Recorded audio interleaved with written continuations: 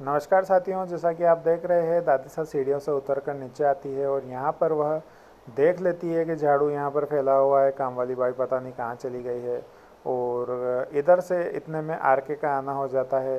तो यह देखता है कि यह घर अरमान का ही है कि किसका है। तो इस प्रकार से वह थोड़ा सा कंफ्यूज तो होता है।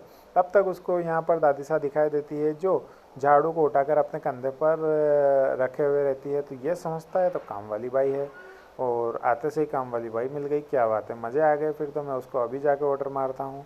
और इतने में वह आता है और उसको ऑर्डर मार देता है कि चलिए फटाफट मेरे लिए चाय नाश्ता लेकर आइए और कुछ पोहे वगैरह और सारी चीज़ें लेकर आइए, मेरे लिए व्यवस्था की करिए शांताबाई, शांता के कांताबाई। तो इस प्रकार से वह ऑर्डर तो मार देता है और इतने में ये ऑर्डर मार के खुश हो ही रहा होता है, जैसा कि आप यहाँ पर देख रहे हैं। और ये शॉक्ड हो जाता है। शॉक्ड होने का मेन रीज़न ये है कि जैसे ही दादी साहब पलटती है वैसे ही जो आर के है वह दादी साहब को देखकर शॉक्ड हो जाता है, क्योंकि इनके साथ पहले एक घटना यह हो चुकी है, एक पिक्चर यह बन चुकी है कि जो आर के यह कहीं खड़ा रहता है, दादी साहब जब जाती है तो उनकी गाड़ी से इसकी शर्ट के ऊपर कुछ कीचड़ लग जाता है, जिस वजह से आर के इनके पीछे पड़ जाता है और इनको बुढ़िया बुढ़िया बोल देता है। तो जब बुढ़िया बुढ़िया बोलता है तो कहीं ना कहीं दादी साहब को इस चीज़ का बुरा लग जाता है, तो इसलिए दोनों में अनबन चालू हो जाती है। और यहाँ पर फिर भी जो है आर के बड़े मजे लेने की कोशिश करता है। दादी साहब उसके पीछे भागती है उसको झाड़ू से मारने के लिए, लेकिन वह उसको नहीं मार पाती है, क्योंकि वह मस्ती मजाक के मूड में इधर उधर भागता हुआ उनसे छुपते छुपाते बचित हो जाता है। इतने में परिवार वाले इनकी दोनों को कन्वर्सेशन को सुनकर यहाँ पर आ जाते हैं और दादी साहब इनको बोलती है कि इसको, इस लड़के को पकड़ो, इसने मैं मुझे बुढ़िया बोला है। और इस प्रकार से यहाँ पर जब सीन चल रहा होता है तब तक अरमान यहाँ पर आ जाता है और बीच में खड़ा हो जाता है।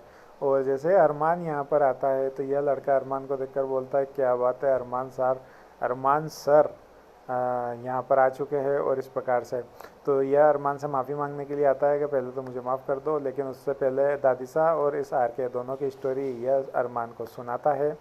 और माफ़ी भी इसलिए मांगना आता है कि कहीं ना कहीं यहाँ पर जो है माफ़ी इसलिए मांगना आता है क्योंकि अभीरा जब उसके पास गई थी ना वो पैसों के लिए, तो उस चीज़ का जो है माफ़ी मांगने के लिए अरमान के पास आता है।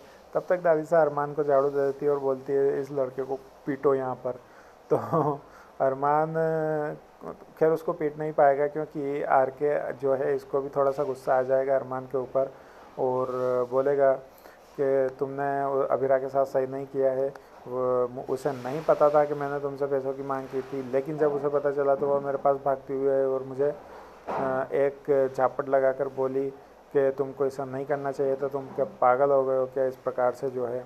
लेकिन तुम्हारी किस्मत अच्छी है अरमान कि तुमको अभीरा ही मिली थी, और नहीं तो अगर कोई दूसरी लड़की मिलती ना तो तुमको रोड पे ले जाकर खड़ा कर देती, ऐसे कंडीशन बना देती वो।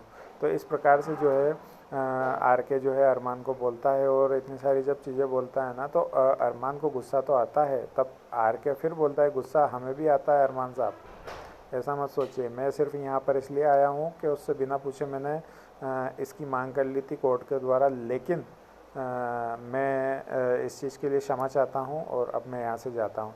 और हाँ, एक चीज़ और बताऊँ ना, तुम्हारी किस्मत बहुत बढ़िया है जो उससे शादी हुई है, लेकिन उसकी किस्मत बहुत ही ज़्यादा ख़राब है कि उसकी तुमसे शादी हुई थी।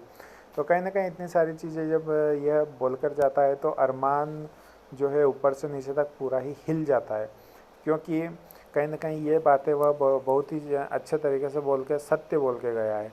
तो चलिए साथियों, अभी के लिए इतना ही। हम आने वाले सेशन में फिर मिलेंगे।